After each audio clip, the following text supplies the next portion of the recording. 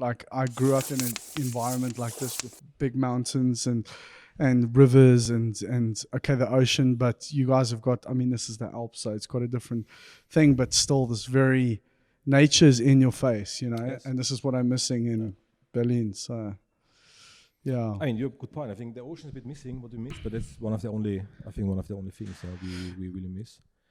But 2-3 hours from here, you have it. So yeah.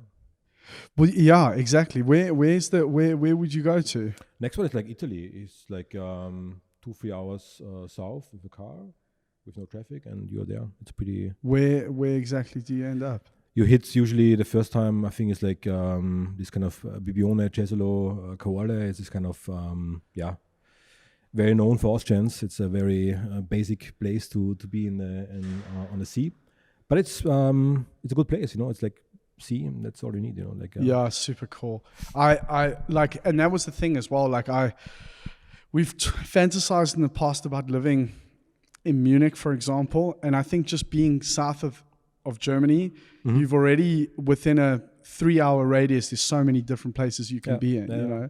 Whereas like where we are, it's kind of like, okay, you can be on the Ostsee in the north, but whatever. And but I'm just kind of missing the drama that you get over here from nature, you know. So I don't care that there's nothing going on here. I'm quite okay with that. We've got young kids and all that sort of stuff. So it's for kids it's perfect. It's like really. And Christof, you've got kids as well? Yeah, we got 2 kids. Yes. They're becoming now 2 and 5. Okay. So it's, I think, as you know, quite intense. Yes. And it's a really good thing, but it's challenging, you know. And of course, before work and relation was something you can really focus on. And as you know, there's something. If family happens, it's something else which really you don't expect. You don't know the impact. Yes. And after a while, you figure out, wow, that's something. It's a really good thing, but it's something which needs, of course, attention and time and effort. And it's tough to really cover everything. You know, it's I think something you have to arrange to get used to, but it makes things also more efficient, I would say, and more effective. At work, I think you don't have so much, you know, you have less time to not play, but you have less time to, just do things. You really have to get stuff done. Productive. Actually, be productive, get stuff done. I think that's something which actually is a very positive thing about the whole thing. But it's something you have to grow into, yeah.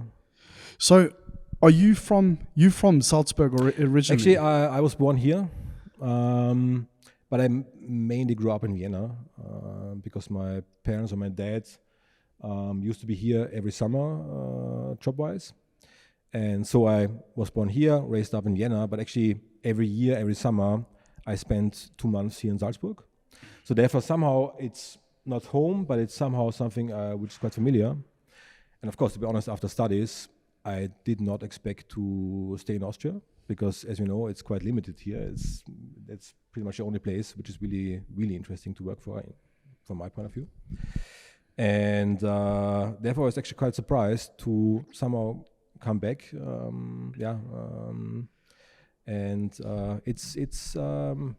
it's quite interesting to be here. And but it's a cool place, like I said before. Yeah.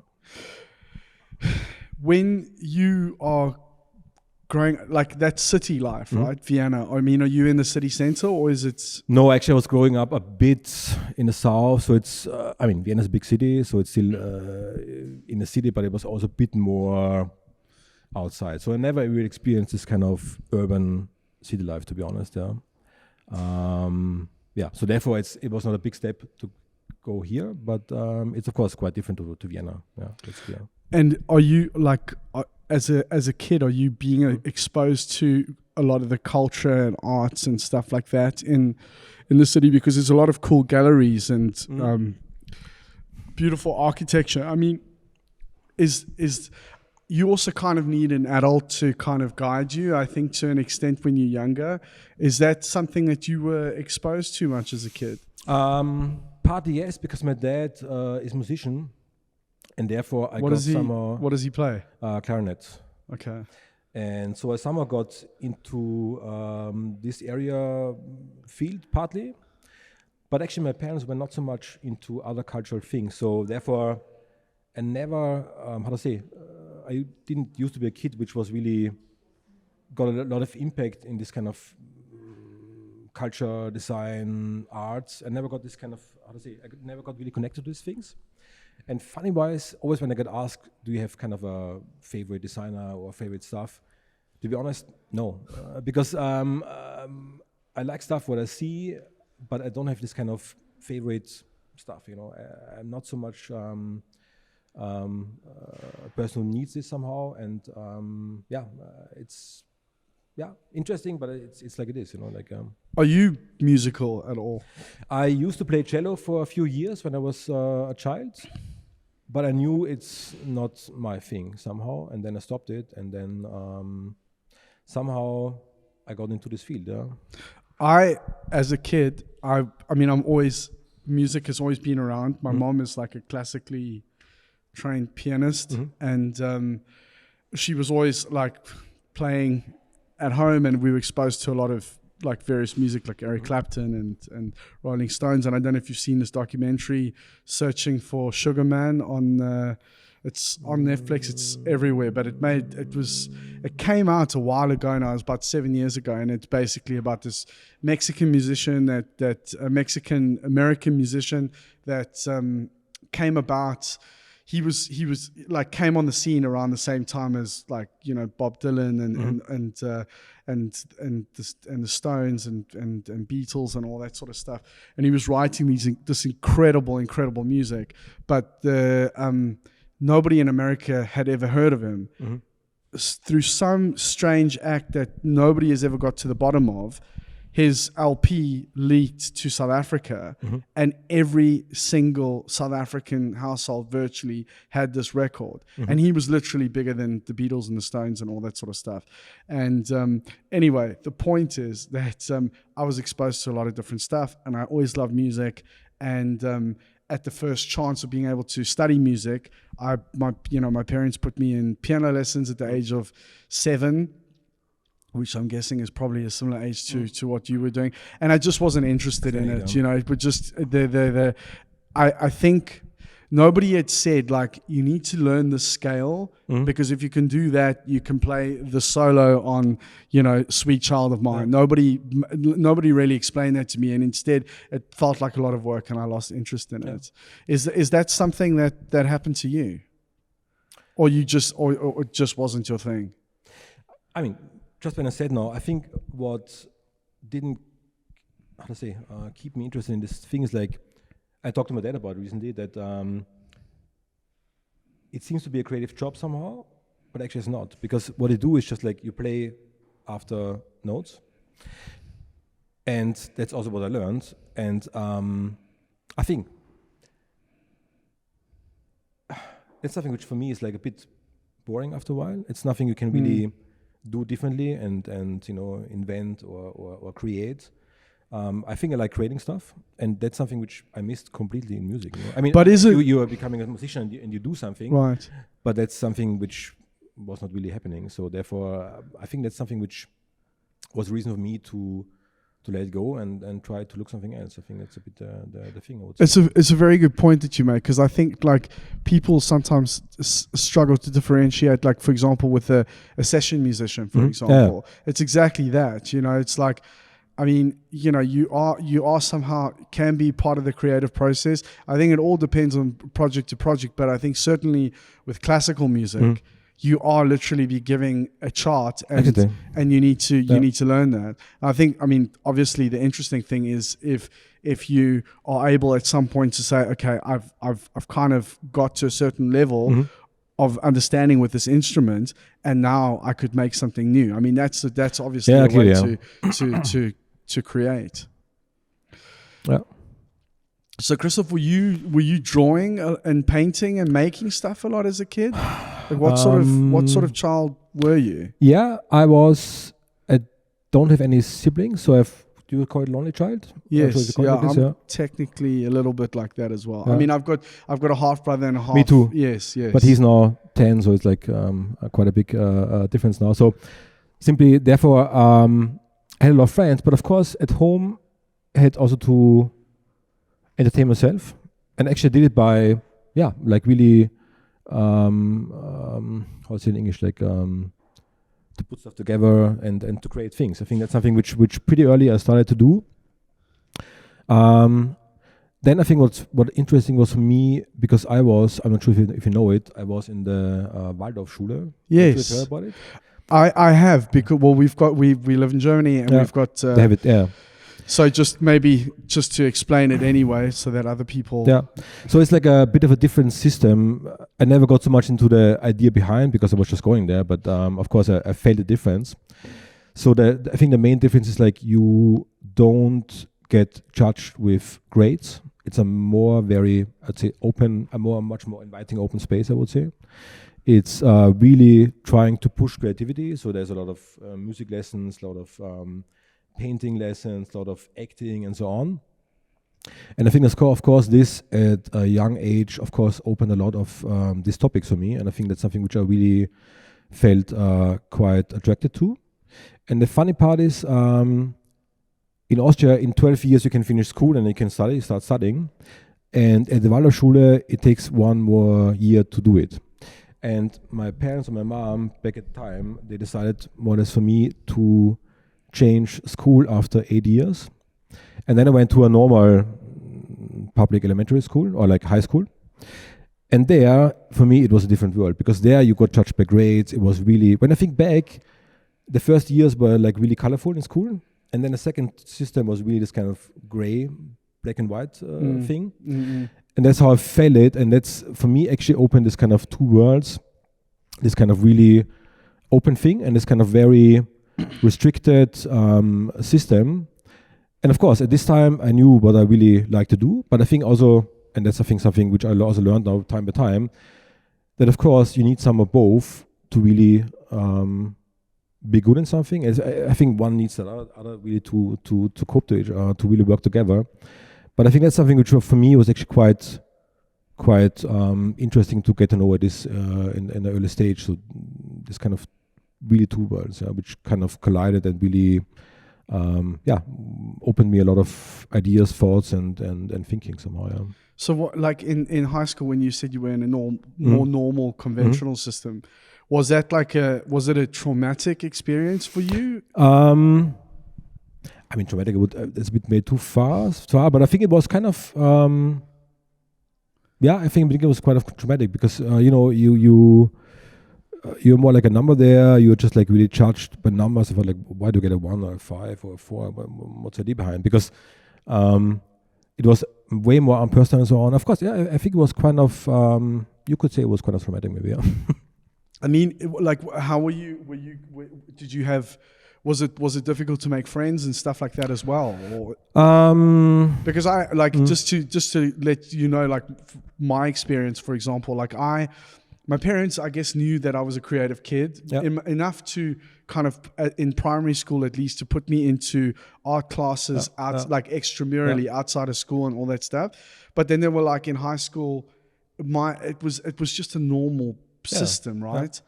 I kind of loved it in terms of my friends, but I mean the system by and large failed me big time because I just, it wasn't so much about being judged as a grading system because I was exposed to that always, but like choices for a creative kid, geography, history, maths, or accounting, and typing as well. I've mentioned that as well. So it was.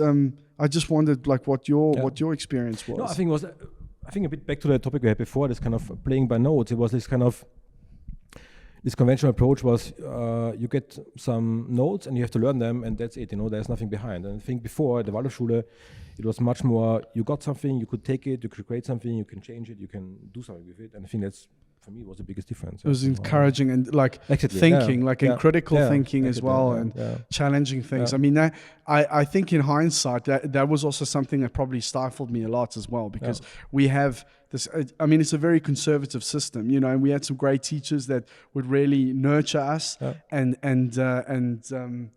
I don't know, just kind of accept that, you know, Sam's never going to be the best accountant in the world. So like, let's still treat him with respect sort of thing. So like in that respect, it was very positive, but I think there were also like quite, and I remember we had a great English teacher as well, which I still don't know how that whole class worked, but like we would just sit in class and talk amongst each other. And it was just, there was no real structure to the lessons, which was great, but it was also unnerving at the same time in a system that requires you to put in work and for there to be a numerical outcome.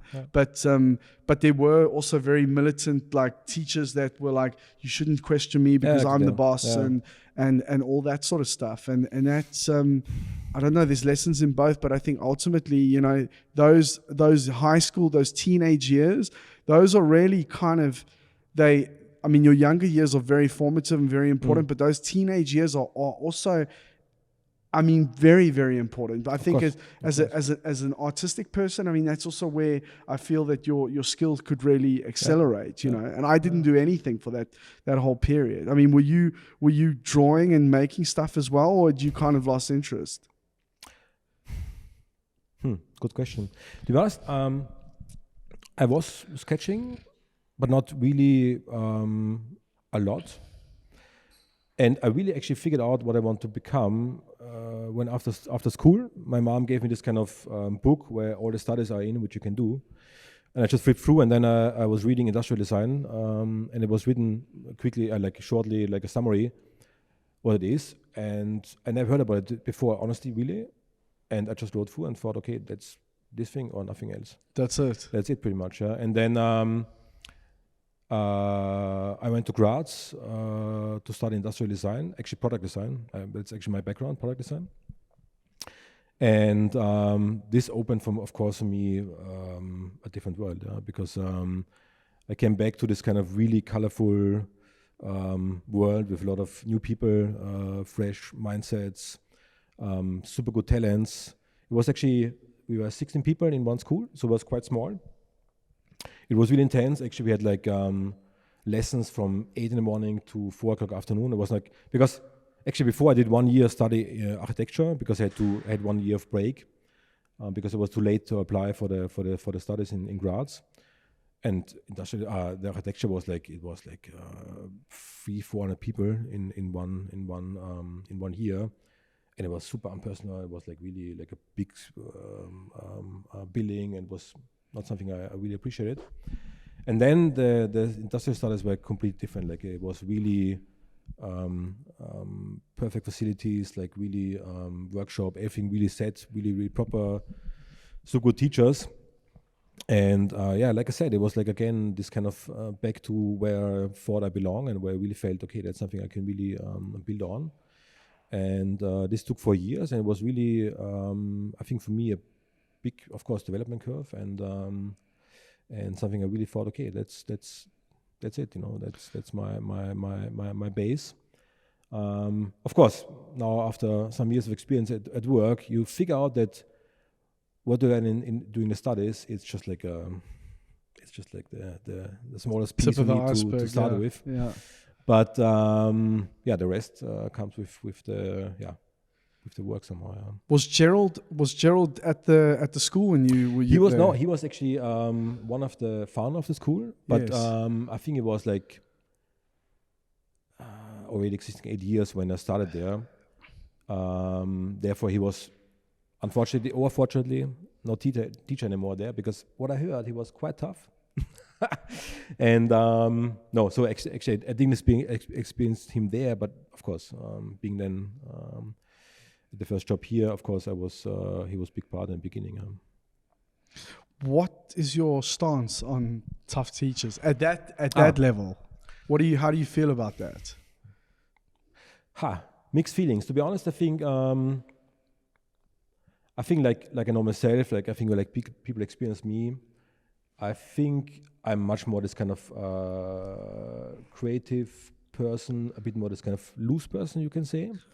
But I also know, and I learned first in school and also here and life generally, that sometimes I think you need to be treated a bit more tough. I think there are some rules, some basics you need to know. And I think sometimes you need to also be tough and strict to yourself to, of course, get stuff done and to get some grip and to do something, because otherwise it's just like this kind of crazy creativeness, which is super cool. But I think it needs both, and I think to find this balance is something super important. Therefore, I think if you're lucky, you have in school and also at work, in the first years, you have different people who are teaching and supporting you. And best case, there are different personalities and different ways how they treat you to really learn both, to get the full spectrum, because I think that's what you need to know. Because at work, we know you work with people and people are always different, and you need to know how you react in different situations. And sometimes you have to be like this, and sometimes you have to be like that. It's this kind of thing. And I think that's something which is quite important to really learn all this kind of situation. And it's a very complex subject, isn't it? Because there isn't one definitive answer. As you say, number one, you're going to grow up in a world that's going to have many different personalities that you need to deal with. The other thing to bear in mind as well, with regard to studying a competitive industry, like whether it be car design, bike design, automotive, product, whatever, it's all very skills based, very competitive thing. And I just think that, yes, there's a way to treat people. I mean, you should always treat people with respect. But I mean, if they say somebody's hard, like, what does that mean? Does that mean that they don't like your sketches? Well, you've got access to somebody over here that has, not only been a successful designer, but a successful entrepreneur that knows what he's talking about. You should soak every single drop of that up, and I would have killed to have access to somebody like that. I think it's a really important point, because I think when I think back, of course, also being here, I think I wouldn't say turning points, but I think the 2-3 points are really experience how people experience me and how I behave, was of course when it really crashed, and people really told me, what the fuck is going on here, and I think it's first I think like, okay, wow, but then I think, okay, it was actually a fair point, and sometimes I think to really realize, okay, there's something wrong, it needs to be a bit more, with some kind of pepper, and I think this is fine, of course respectful, but it can be really tough. I think sometimes dancing, I mean, it's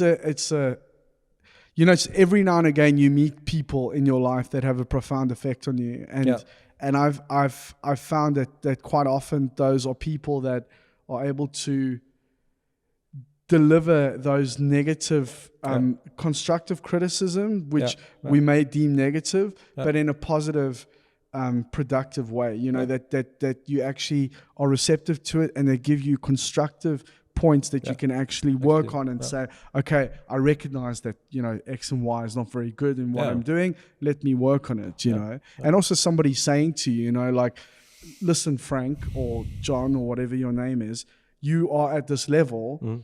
You are trying to get into an industry that requires you to be here.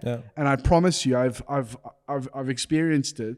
That's where you need to get to. So until you get there, I'm not gonna sugarcoat it. You're not good enough. And you have to be exposed to that. You have to learn as well, because being in a creative industry, that's the other thing as well. You've got to be able to learn to take criticism. Yes. Yeah. I think that's one of the major points. And to be honest, the first years, I think it's quite normal. You get somewhere, you think, okay, actually, how to say, you don't think you know how to do it, but you come from the university with a fresh mind. You think, okay, I did some stuff there. I know how it works, and this somehow you take with you the first years or the first months. Depends how long it takes, and you're a bit restricted to feedback because you think, okay, you're like 20 years older, whatever. So how do you know? And then you figure out actually, okay, he knows, But this takes a while. And to be honest, I think the biggest developments I experienced by myself were after realizing, okay, there are people who really know how it's done, and you just realize and listen and try to follow, and of course keeping your way, your thinking, your style, but of course adjust it or get this kind of input on top. And I think that's where you really make the biggest steps. You know, if you always try to stick to how you think you do it right, I think you get nowhere, because that's not how it works, and that's also not how a team works and how environment works. Yeah, I think it's teamwork is something which also I experienced, because at the university, I'm not sure how you experienced it, but for me it was like very much you work on your stuff, you do your things, and getting to know that working with people is something super substantial here anyway for designers. And I think it's becoming more and more, because things are getting more complex, there are more people involved, there are more things involved, there's more stuff you need to realize and to implement, and therefore you need people to support and to work with you, you know. And therefore I think communication is one of the biggest assets you need to develop. Communication, selling, and collaborating it's one of the biggest things. And to be honest, this is something I really missed at university somehow. That was not my focus back then, and that's something I really had to learn here. Quite painful sometimes, but I think now I really realize that that's one of the most beautiful things actually I experience now. Really, to work with people and to get some stuff done with people, and to really have talks with people and really realize things, and to really also sometimes clash, but really to figure out things together. I think that's something which really brings projects to the maximum. And you cannot be alone. You cannot do this alone. That's just always a team thing, you know. I think that's something which, for me, is the biggest learning actually. I think the last years, and I'm really happy that I realized this. Was there something specific that gave you the internal dialogue to say, shit, I need to self-reflect, and maybe I should be doing things a little bit different? Maybe the benefit which I figured out, because at the university you get some briefings, some ideas, some project you can do, and usually they're quite free. You're sitting in front of a blank sheet of paper and you can do whatever you want. And to be honest, it's a luxury you enjoy somehow. But for me, I figured out having all freedom, it's something which feels cool or seems to be cool, but actually it doesn't bring you super far. As soon as you have some restrictions and some restraints, you start to try to overcome them, or to tweak them, or to bounce them. And this is actually where I think it gets really interesting, you know. And that's something which we do a lot here, and that's something which, of course, we do a lot of engineers, because they have a different mindset, they have a different goal sometimes, a different target. But actually, we all have one target. We want to do the best product, whatever it is. Yeah. And with engineers, I think that's something I really, really enjoy a lot, to really work with them and really bounce ideas, try to challenge both sides. And if this is a perfect collaboration, you always know the project is going to be really, really cool. And if it's not happening, then you know, okay, wow, that's a tricky one. So therefore, come back to your question, how I realized this. I think this is how I realized it's always like a team thing, you know, Why is it that fucking communication and presentation is something that is not focused on at school? I don't know. Stupid. Because to be honest, I mean, we know it all. You can be the best designer, but the best selling guy will always mostly win the pitch, or whatever it is. People don't realize that at university level. They just think like, if I do the fanciest rendering, then that's going to be it. No. It's not the case at all. And a good point. I mean, like in our case, presentation was a topic, but it was never really the focus, and we got never feedback on that, and we never really had some lessons about it, as far as I remember. But we know it's a super important part, at work. I think even at school level, you know, when kids go to school, like the importance of how you like. That's how you articulate your ideas. What's inside your head by sharing that with people. You know, and that's a real problem that I've got. You know, because often I've got so many things running through my head that I just vomit out a bunch of random words, and people like, fucking hell. Like if they meet me for the first time, sometimes they're like, this guy's a bit, you know, challenged, you know. And I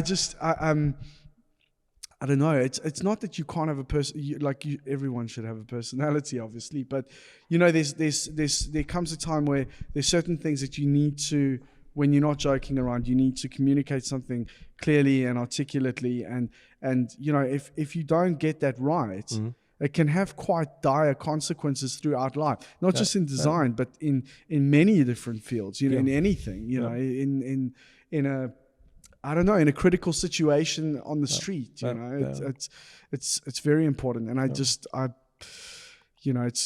don't understand why. I hope there are schools out there that do it, but I don't know.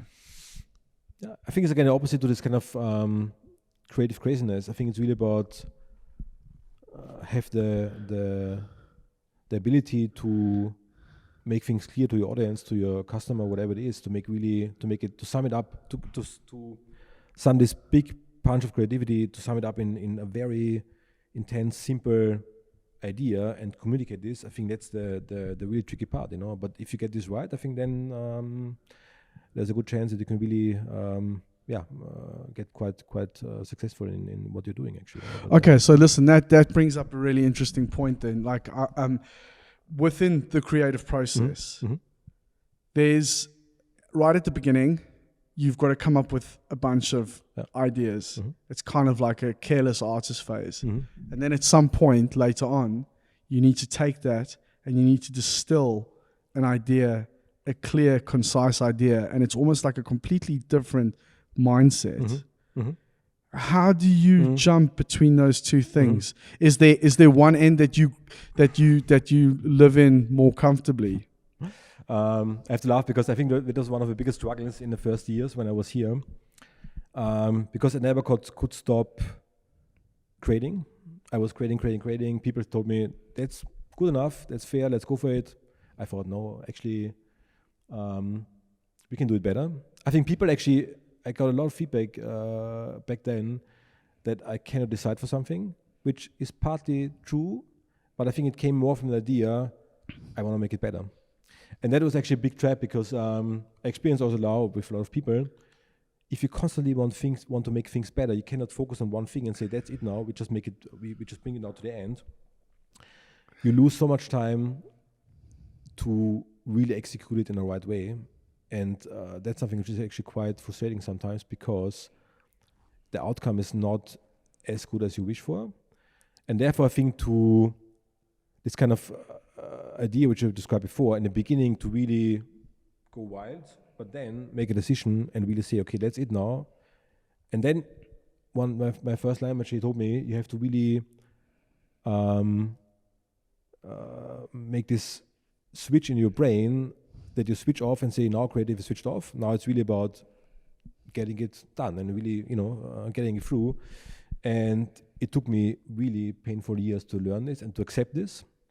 But now I realize that that's actually the only way to really be successful and to be not successful, but to really have a good product at the end. I think well, part of being a good designer, right, is not just coming up with an idea, but it's actually executing within a specific time frame, within a specific budget, and having those constraints. So you have to go from like careless artist to ruthless editor and get comfortable with saying like, okay, great. I love all of these ideas, but actually like, which is the favorite one? What is the and then you say allowing yourself the time to execute it properly. The problem that I've experienced in a lot of OEMs, and you've interned at a couple as well, is that there is this this kind of you kind of detach from reality in a way, know, because it's like, there's a deadline, but like the bigger the company, it's like, okay, I'm answering to a program manager. I don't really care about what, John says there with his clipboard. I need a bit more time. I'm just going to push it. But whereas like in an environment, like in a consultancy environment, or also in an environment like this, because I wouldn't call this a consultancy necessarily, there's like the realities of like budget, time, and everything are very real, and you've got to get serious about that.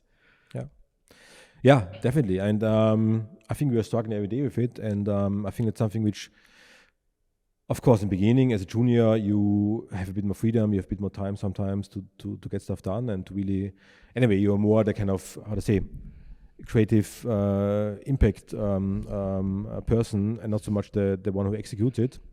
But of course, with the time, you need to learn this and you need to know there's budget, time, and people which you want to get stuff done. And I think that's a big realization, but it's the only thing which you have to do it, because otherwise you cannot do it. You know. And is it not also a muscle that you've got to exercise? Yes, like, of course, because it's a decision-making muscle, right? And you have to just say. And I think we also talked about this recently inside that. For me, it was the same. Like in the beginning, I just didn't like to stick on one thing and just to make it better. It was like this kind of. Before it was a fun part, this kind of creative thinking and just really sketching, have ideas was a fun part. But then it was more this kind of painful work to stick on something and just really think how it works and talk to the engineers and get feedback and it doesn't work and so on and so on.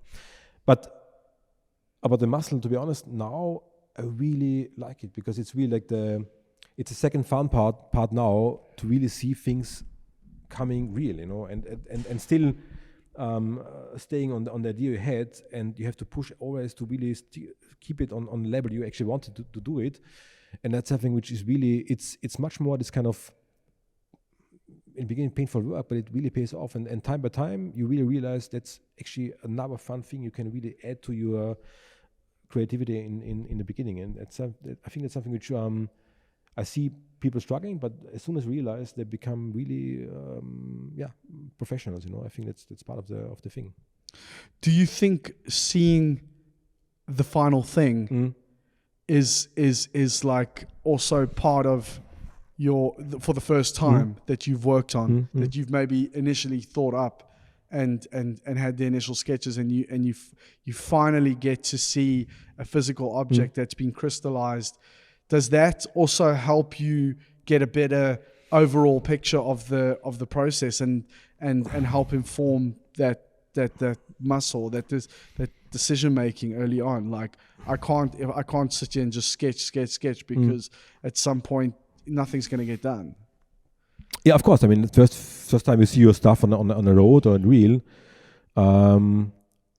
you think, okay, now I get why we were struggling, why we were fighting on this part, and of course you start to understand why you have to do the second half of the whole thing. You know, otherwise you would stop at the nice catch and that's it. You know. And do you remember that feeling when do you remember seeing something for the first time? Because not everybody gets this huge buzz out of it. I mean, some people just see like.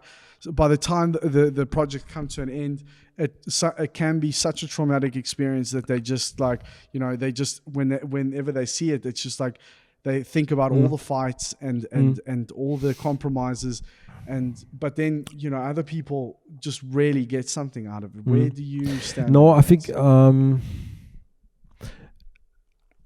to say. I think I'm someone I enjoy much more the process. I'm not so much always thinking about the final product somehow. Of course, I do it in the process, but I was not always having in mind this kind of one day it will be at a dealer and then I can go there and say that's my thing. Of course, it's nice to see when something passed by and to say, actually, you know, it was like years ago and I worked on it. It's cool. But it's not that it gives me this feeling which you were maybe asking for, and someone not know. Okay. Yeah. I of course I think it's cool to see the stuff and to get into it again. But how to describe? It's not this kind of it was final destination somehow. No, somehow. Okay. Christof, you study product design or industrial design, product design, and you eventually end up at a company like like KISKA? I know you had a couple of internships at Audi and Audi, Audi. short one, yeah. And and BMW as Yeah, well. yeah. Where at what stage in that process in that period do you like kind of hone in on two wheels? Was that always the plan? No. Plan. Or was there maybe there wasn't a plan? No, it actually wasn't a plan. To be honest, no, there was never a plan actually. Yeah, like I said, came from product design, was my background. And doing the studies, of course, there was always a big hype, cars, 4 wheels, you know, you have to go there, you have to do it. Of course, I also had it, and therefore I went to the internships there. Was lucky to get something. And honestly, for me, it was not the best experience I had there for several reasons.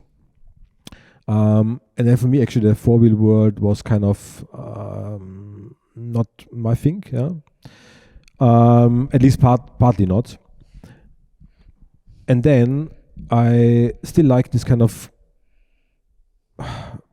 both worlds of something functional product-wise, really thinking a product from the inside to the outside, which comes from the product side, but of course also this kind of like coming from the car world a bit, experience this a bit more, this kind of styling, impact, this kind of stuff. So I like these two worlds somehow, and then somehow I not accidentally, but somehow asked for internship for summer for 2 months here at KISKA, and this ended up now in the I think 13-14 years I'm here since. And actually started, it used to call Design Lab back then. It was a pretty cool small team. And KISKA was called no, there was a team inside KISKA which was called Design Lab. Ah, okay. And actually the idea back then was to create products and then sell them to customers. So not get a briefing, do something, but it's more the opposite way to really get also clients. Was super inspiring in the beginning. Unfortunately, it was 2008, 2009 crisis, and then we had to somehow jump back to the real stuff. And then somehow my first design lead brought me into this 2-wheel world. And yeah, like I said, for me, this kind of products really brought these two worlds, like this kind of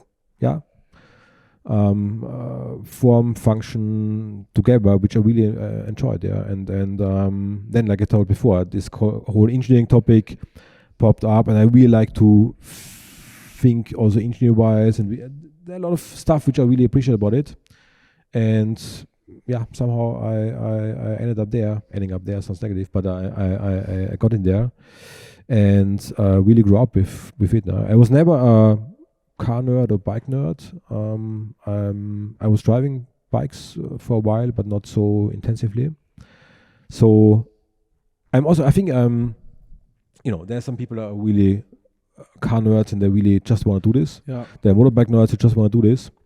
I think I like. You were art first. I think I like creativity. I like designing, and I did also products here at KISKA, and I also did some ovens and some stuff like really actually, let's call it a bit more for a car guy or a bike guy, a bit more boring stuff. But I also like this because you can always find something in a product, whatever it is, to get something out and to do something. I think that's super cool. And I try much more the process and the challenge on each product. It doesn't have to be the lighthouse product on something. I think everything, there's always something interesting in everything you can do actually. Yeah. So when you joined the company, was the initial was it with the intention to join the 2-wheel department, or was it kind of open? It was not. It was actually there was no plan. There was just like I want to be here 2 months, and exit, and then this extended. And in the beginning, I was a bit jumping around. I was also a bit product department, and it happened. Yeah, I think not maybe unconsciously. It didn't happen consciously, but I think unconsciously, I wanted to be there maybe somehow. And it ended up being a good fit. Actually, yeah.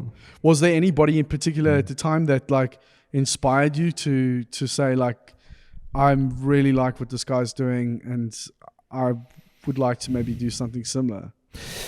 also there, I think no one particularly. I liked the whole team. I liked what they did together somehow. And I mean, KISKA, as we know it, as I experience it, there's not this kind of one guy. This kind of it's really a strong team. It always used to be, and it's still. And I think that's the big one of the big assets for me at KISKA. It's not a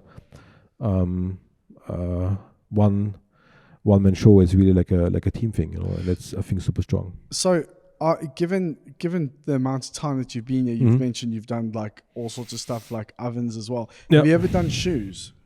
No. Have you ever been interested in doing shoes? Good question. Depends on the shoe, I think. Yeah. If there's some function behind, if it's like there's got to be functional. Yeah, I think if there's a performance shoe or something, if there's a clear goal, I think it's cool. If it would be just like the next Nike Air Max, just like change the style, I don't think I would jump in it. But if there's a new technology, a new innovation, which could turn this a bit in a different direction, I would definitely go for it. Yeah. Cool. Christof, we are obviously sitting behind your beautiful work of art. Thanks. And as I said to you the other day, I have to eat my words a little bit, because I said I don't like like the KTMs. Yes. It's not strictly true. I think some of them are a bit like, wild for my taste. But I spoke to I had Julian Thompson, who was the former design director at Jaguar. I worked with him for a few years, and fantastic guy.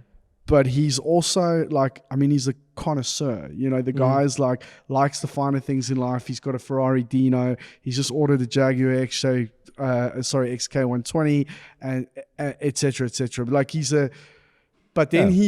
He shows up on with a Super Duke. And I said to him, I was like, dude, that's the last thing that I would expect somebody like you to buy. And he just said that he said,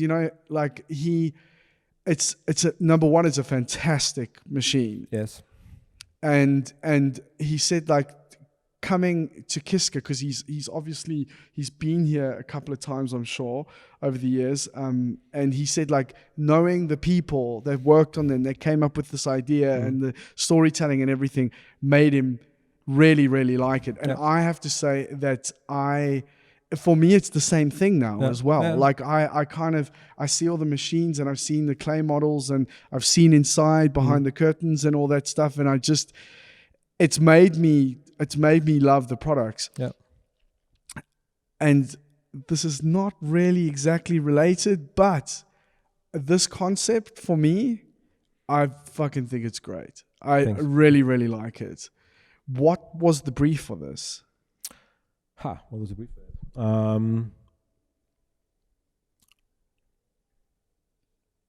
It's a while ago, so if it's a while ago. Yeah, no, I just have to think if the brief was pretty clear from the beginning on, but I guess so. What it should be at the end is this kind of really. First of all, it was engine-wise a different level for KTM. It was the twin engine, and of course, in terms of main goal, it has to be KTM. It has to be ready to race. It has to be wild and ready to race and aggressive. But the particular thing about this bike was really to show this kind of super agile bike. It should be this kind of we call it a scalpel. This kind of really sharp knife. The Super Duke is like the beast. This kind of really crazy thing, and this was more this kind of small brother. We see this kind of really. Sharp on point, and that was the thing which actually was the main brief somehow. And we tried really to show this with quite, I would say for KTM, quite precise parts, precision somehow was one topic we had in mind when we designed this. And then of course also this kind of lightness, which especially seen on the show bike. And I think these two parts were one of the main drivers for the design of it. For me, what's quite interesting is that it's normally with a concept bike or a show bike, or in the car world as well, that will always be usually a bit more wild, a bit more aggressive and animated. And it's, for me, it's almost, look, there's some very interesting detailing on there, like the exhaust is this amazing 3D printed end, and there's this pass through under the seats and everything. But for me, it's almost in terms of the sculpture, it's almost more restrained, and I think that's maybe what I like about it. I don't know if that's necessarily how you would package it, but for me it feels a bit more restrained than the production bikes. Yeah, definitely is. I mean, like, of course, we had the chance to put much more details on it, or much more refined details in production, of course. Yeah, I think you're right. I think it's cool to see it on a show bike. Unfortunately, we didn't totally got there on a production bike. But yeah, super cool, dude. Really, really cool. Okay. So, Christof, you've done a bit of teaching as well. Is that right? Yes, actually, I had the chance to, I think, first to go back to Graz to do some teaching there, and then also to Umeå to do something there. And did you study? You didn't study there. About it, yeah. Oh, you did. Okay. Actually, true. Actually, I started the master there in transportation. And in between the first and second year, there was this 2-month break, which I wanted to fill up here. And yeah, this gap then turned out to be a longer gap filler. But so I never finished the master there, but I think it's pretty fine. Come back. I had a chance to really teach there a bit and in Graz, and it was for me also like a bit of a turning point. I think it's really interesting to be a bit on the other side, to give briefings, to give feedback, and see how people react on it. I think doing this, you learn a lot about how you act sometimes to feedback. I think it's really like a big learning curve again. If you change a bit, looking in the mirror, changing a bit the sides. And I also really enjoy it because, of course, going to university, it's. I mean, we're not lacking creativity here, but it's again a bit of a different thing somehow. It's super nice to see people also really asking for support, asking for help, and really also they also give a lot. If you're there, you talk to people, you see stuff, what they do, how they think. Of course, you get to know the latest software stuff. They show you stuff. It's super inspiring. You know, I really like to be there for a few days, doing some workshop, and it's really cool. Of course, the last 2 years was a bit of a break due to Corona, but hopefully be back again. And it's something which really I think I can just tell anyone, if you have a chance, just do it. It's really a cool thing. Yeah. The problem that a lot of people feel, myself included, is that you feel unqualified to teach. Yes, of course, I do, but how to say? I mean, what do they want? I don't think they want this kind of how is it in English, like pedagogic? Like I don't think they ask for this kind of best way to get taught. I think they just want to connect to industry, to know what they are doing, how we do it, and it's quite down to earth. It's quite how to say, informal. You know, it's nothing you have to do proper or right. I think just to be there and connect and to give feedback. I think that's what brings them further and also brings you further. And of course, one benefit is like to connect early to students and to get to know them, and for the best case to get them in. It's something which also is a benefit on top for us. Yeah, clearly. Yeah, absolutely. So you've in total you've been here quite a lot of. Yeah, I think it's like 13, 14 years in total. Yeah, somehow. Yeah. So you must be fairly happy over here. Yes, to be honest, I never expected in the beginning to stay that long, because I'm someone who actually gets quite easily bored. I hate routine. I hate knowing stuff. I'm a person which really asks and longs for goes for knowledge. I think it's something which really drives me the most, actually. And to be honest, here I always constantly got challenged and thrown into different things which I didn't know how to deal sometimes, you know. And that's something which I I need to really constantly get challenged and grow. And so far it didn't stop, and that's something which I really still embrace here. That's something which really keeps me running and moving. It's exhausting sometimes too. Yeah. But I think the energy which we get back out of it, it's of course more than what you spend most of the time. Sometimes it's the opposite, but then Okay. And what in terms of somebody that you would want to employ, somebody in your team, like what would your ideal person be? Is there such a thing? I mean, no, I don't think so. I think there's no ideal person. I think the team. I think what makes, again, it's a team thing. I think what makes a team great is a diversity of people, of characters, of persons. They're all different. They're all work different. They all demand different things. They all need different things to grow, and that's something which I think also gives them the chance to learn from each other. And therefore, it's hard to say there's one perfect person, because this would be the perfect designer, and I think this would be also a bit of a boring thing somehow, because I don't think so. There's something like this, I guess. Christof, any advice for young people wanting to become a bike designer? I'm not sure if I experienced enough to give you advice. I can just say stuff which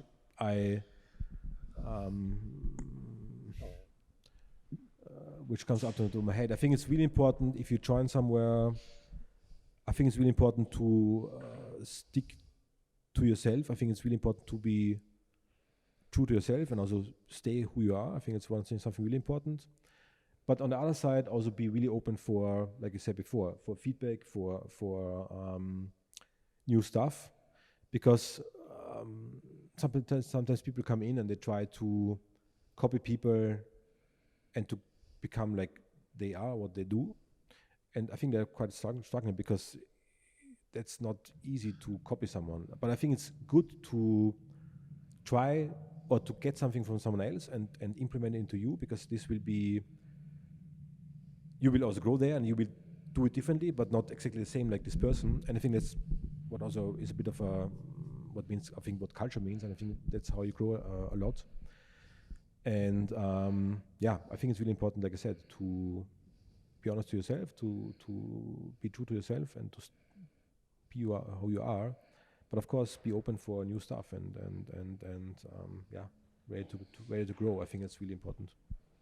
Cool, Christof. Thank you very much. I've thoroughly enjoyed this. Thanks for having me. You're most welcome. Yeah. Thank you.